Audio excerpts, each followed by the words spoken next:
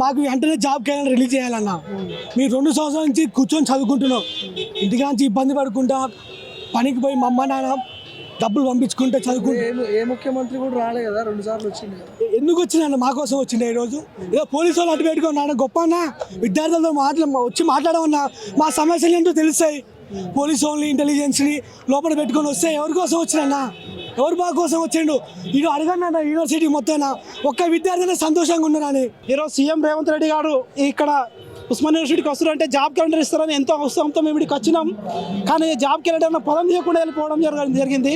మేము ఎంతో బాధపడుతున్నాం. ఏదేదో చెప్పేసి మేడలు కడతాం అవన్నీ చెప్పి అవన్నీ అట్లనే పోకుండా అట్లనే పోతున్నాయి. అన్నీ జాబ్ క్యాలెండర్ చెప్పి కూడా అట్లనే పోతాం అనుకుంటాం. మేము జాబ్ క్యాలెండర్ తొందరనే విడుదల చేయాలని కోరుకుంటున్నాం. 1000 కోట్లు ప్రకటించండి కదా, 1000 కోట్లు ప్రకటించండు. నిరుద్యోగుల కొరకు ఏం మిగిలేదు కదా. మేము ఉద్యోగ నోటిఫికేషన్ కొరకు తిరుగుతున్నాం. ఇంతమంది నిరుద్యోగం ఇప్పుడు ఇక్కడ ఉన్న వాళ్ళంతా ఉస్మాన్ యూనివర్సిటీ సంబంధించిన పిల్లలు అయితే కాదు. చాలా మంది కూడా చిక్కడపల్లి నుంచి, దిల్సుఖ్నగర్ నుంచి, కనీసం ఈ రోజైనా సరే అమరవీరుల సాక్షిగా అయినా సరే ఉస్మాన్ యూనివర్సిటీ గడ్డ నుంచి అయినా సరే ఉద్యోగ నోటిఫికేషన్ గురించి ప్రకటన ఉంటుందని చెప్పేసి కూడా నిరుద్యోగులందరూ చూస్తే ఈ రోజు కూడా ఒట్టుకుంటే మొదలు పెట్టినాడు. అంటే వీళ్ళకి అధికారం రాకముందు నిరుద్యోగులు కావాలి. వీళ్ళు సంవత్సరం లోపు 2 లక్షల ఉద్యోగాలు భర్తీ చేస్తూ ఉన్నారు. వీళ్ళు అధికారులకు వచ్చి నిన్నటికి 2 సంవత్సరాలు అయింది, ఇంతవరకు 2000 ఉద్యోగాలు కూడా భర్తీ చేయలేదు. ఎక్కడ మా ఉద్యోగ నోటిఫికేషన్లు ఎక్కడ అని చెప్పేసి అంటే పోలీసులతో కొట్టించడం, ఇబ్బంది పెట్టడం. ఆ రోజు రేవంత్ రెడ్డి గారు ఉస్మాన్ యూనివర్సిటీకి వచ్చే ముందు ఏ ఒక్క పోలీసు కూడా ఉన్నాడు, ప్రతి అందరినీ లోపలికి అనేస్తామని చెప్పి చెప్పడం జరిగింది. ఈరోజు మా 10 మంది మిత్రుల్ని ఉస్మానియా పోలీస్ స్టేషన్ ఉంచడం జరిగింది. ఇదేనా ప్రజాపాలన? మేము అడిగేది ఏంటంటే మా ఉద్యోగ నోటిఫికేషన్లు మాకు ఇవ్వండి. ఆ రోజు మీ రాహుల్ గాంధీ గారిని చిక్కడపల్లి ఎవరికి తీసుకొచ్చి ఓట్ల కోసం నిరుద్యోగులను వాడుకొని ఈరోజు నిరుద్యోగులు ఇబ్బంది పెట్టే ప్రయత్నం చేస్తూ ఉన్నారు. మీరు అధికారులకు వచ్చిన తర్వాత వచ్చిన నోటిఫికేషన్ 2 నోటిఫికేషన్లు, అవి ఒకటి స్థానిక సంస్థల నోటిఫికేషన్, ఒకటి లిక్కర్ నోటిఫికేషన్ ఒకటి. కాబట్టి చాలామంది మా నిరుద్యోగ మిత్రులు కూడా ఈ కాంగ్రెస్ ప్రభుత్వం మా మాట వినేటట్లేదని చెప్పేసి స్థానిక సంస్థ ఎలక్షన్లు కూడా సర్పంచ్లుగా వార్డు మెంబర్లు నిలబడ్డారు. మేము చెప్పేది ఏంటంటే, మీరు మా భుజాలకి అధికారులకు వచ్చిన మీరు అధికారులు ఉన్న తర్వాత భుజాలతో మమ్మల్ని కింద తొక్కేసే ప్రయత్నం చేస్తూ ఉన్నారు. దయచేసి నిరుద్యోగులతో పెట్టుకోకండి, నిప్పుతోనే పెట్టుకోండి, నిరుద్యోగులతో గోక్కోవద్దని చెప్పి నేను చెప్తా ఉన్నాం. మీకు అంతగా డౌట్ ఉంటే చెప్పండి. టైం ఇవ్వాలంటే ముందు మేడం కాదు మేడం, ముందు మేనిఫెస్టో ప్రకటించే ముందు వాళ్ళకి తెలియదా? సోయి లేదా? ఆల్రెడీ అధికారులకు వచ్చిన వాళ్ళకి కూడా తెలుసు కదా, సోయి ఉండాలి కదా. మరి సరే, ఆల్రెడీ సంవత్సరం లోపు 2 లక్షల ఉద్యోగాలు భర్తీ చేసే ఉన్నారు. సరే, సంవత్సరం లోపు అయినా సరే, అధికారులకు వచ్చిన తర్వాత వాళ్ళకు కూడా కొంచెం పాలన అర్థం కావాలని చెప్పేసి మేము కూడా అయినాం. 2 సంవత్సరాలు దాటిపోయింది, ఇంకా మా అయితే 3 సంవత్సరాలు ఉంటుంది. ఇంకా ఎప్పుడు మరి మీరు దిగే ముందు నోటిఫికేషన్ వేస్తారా?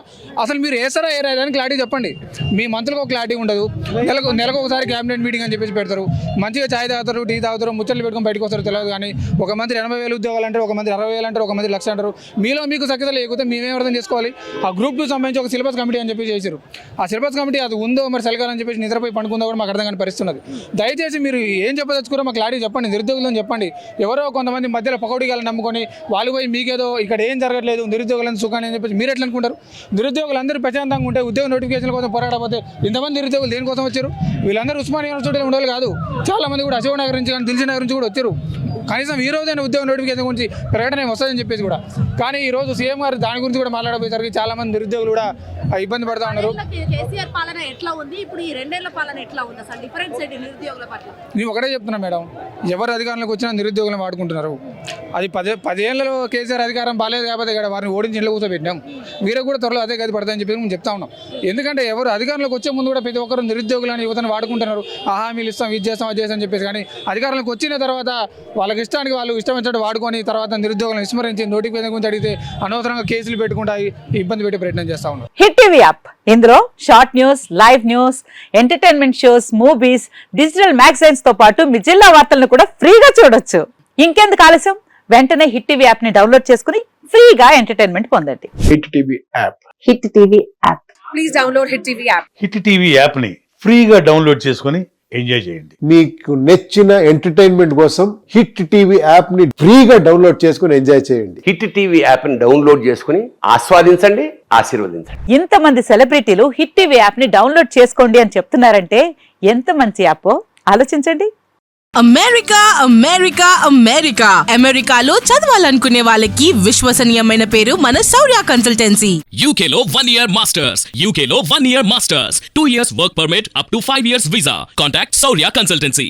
Contact 89851 89851.